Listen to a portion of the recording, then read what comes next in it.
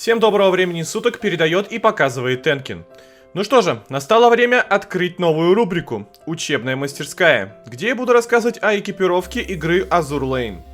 В данной рубрике я последовательно разберу оборудование, которое наилучше всего подходит на корабли в зависимости от класса, и первый ролик будет посвящен моей любимой палубной авиации.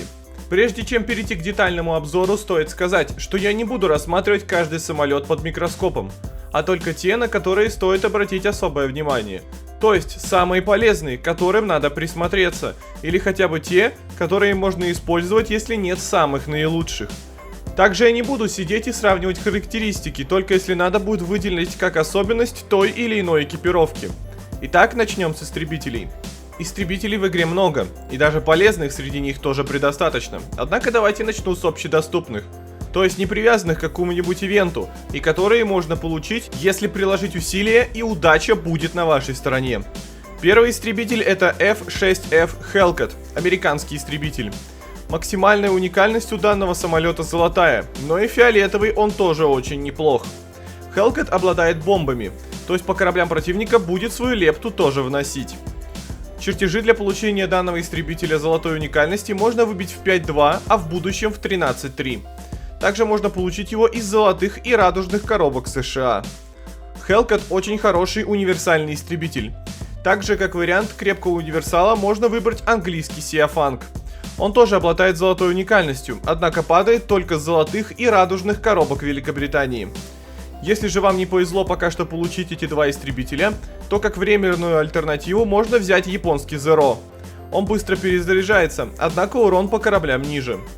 Сразу скажу, что я сейчас рассматривал истребители в первую очередь с позиции того, как они наносят урон по кораблям противника. Потому как для борьбы с авиацией противника есть ПВО на кораблях. Однако, если же вам по какой-то причине необходимо в первую очередь от истребителей сила против авиации, то стоит выбрать немецкий золотой Мессершмитт. Он вообще не наносит урон по кораблям, однако лучше всех борется за воздух. Следом я начну разбирать истребители с ивентов. Первый и самый лучший на данный момент истребитель в игре это вот этот золотой Корсар 17-й истребительной эскадрильи США. Данный самолет можно было получить на ивенте Fallen Wings, который проходил осенью прошлого года. Так что, возможно, скоро появится возможность снова получить этот истребитель, который лучше всего наносит урон по кораблям противника. После него по силе идет японский Рэппу. Его можно было получить два раза на ивенте Visitors Died in Red, который проходил осенью прошлого и весной этого года. Однако в данный момент можно получить данный самолет с помощью исследований в лаборатории, где падают чертежи на этот истребитель. Однако это полный рандом. Также можно выделить вот этот британский Sea Fury, который появился в игре вместе с добавлением авианосца Centaur. Также стоит обратить внимание, что в данный момент в даташопе есть возможность купить американский Skyrocket, однако не советую тратить на него датакоры, так как урона вносит немного, у него неплохая перезарядка, и авианосцам, которым это важно, можно было бы его взять, однако есть японский Zero, который превосходит его в данном показателе. Если подытожить, то я выстрою свой субъективный рейтинг полезности. Лучшим истребителем является золотой Корсар, потом японский Рэппу, третий Sea Fury из-за перезарядки после заточки на плюс 10.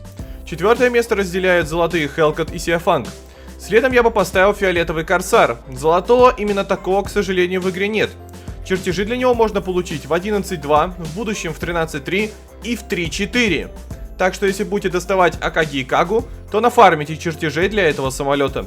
Также его можно получить сразу готового из фиолетовых и золотых коробок США. Если есть проблемы с авиацией противника, возьмите Мессершмитт. А далее уже все, что есть, то и ставьте. Там уже особой разницы не будет.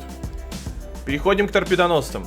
Хоть данный вид самолетов и обладает кое-какими параметрами против авиации противника, это все же в первую очередь ударный самолет, назначение которого топить корабли противника. Тут выбор не особо большой, однако торпедоносцы бывают двух видов. Те, которые пускают торпеды параллельно, то есть накрывают большую часть поля боя, и те, которые пускают сужающийся веер торпед, целью которых попасть в одну цель. Такой веер полезен либо против очень медленных противников, либо вообще против стоячих, потому как быстрые цели довольно легко увернуться от таких торпед. Итак, начну с торпедоносцев, которые кидают торпеды по площади. Лучшим из них, без сомнения, является английский золотой Барракуда. Данный самолет можно получить только с коробок Великобритании золотой и радужной уникальности.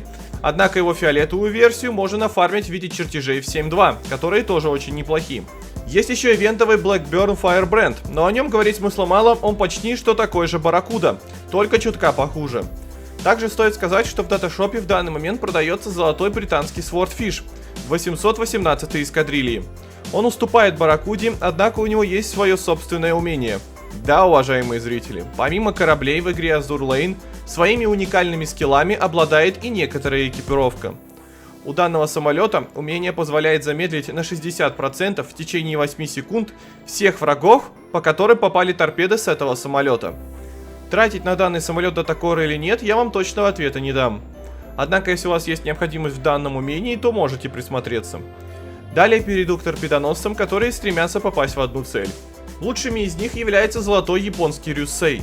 Его также можно было получить 2 раза на ивенте Visitors Died in Red, или же в данный момент в виде чертежей из исследований. Ну а если у вас его нет, то тогда придется брать также японский Тензан. Он бывает только фиолетовой уникальностью. Итак, по итогу, лучшим торпедоносцем, который работает по площади, является Барракуда. Если у вас нет золотого, но есть фиолетовый, то смело ставьте его. Ну или потратьте датакоры на золотой Swordfish. Все остальные примерно равны. Там ставьте уже потому, что есть и выше в уникальности. А среди торпедоносцев по одной цели лучшим является золотой Рюссей, следом Тензан. И последний вид палубной авиации — это бомбардировщики. Как вы понимаете, их целью также является уничтожение противника. Их также немного. Итак, самый лучший бомбардировщик, на мой взгляд, это американский фиолетовый Helldiver. Золотого в игре, к сожалению, нет. Он несет на себе одну 2000-фунтовую и 2 500-фунтовые бомбы.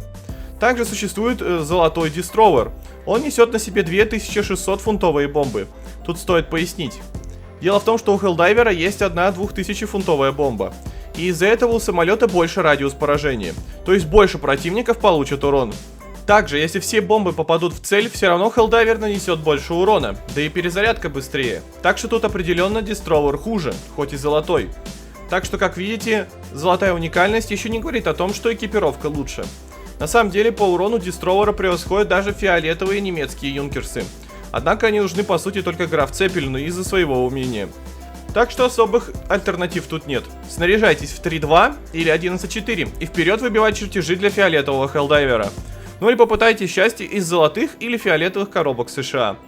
Итак, лучший бомбардировщик — это Helldiver. Следом за ним идет его же синяя версия, какой каламбур, и немецкие юнкерсы, которые на данный момент можно достать из золотых и фиолетовых коробок Германии.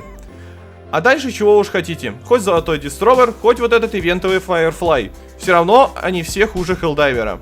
Итак, вот такой вот вышел первый гайд из данной рубрики. Пишите в комментариях, о какой экипировке хотели бы увидеть следующее видео. О орудиях ГК или ПМК, о ПВО или о чем-то еще. В общем, пишите. Ну а на этом все. Не забудьте поставить лайк, написать комментарий и приходить на мои стримы, где мы с вами увидимся. Всем спасибо за просмотр и удачных вам игр!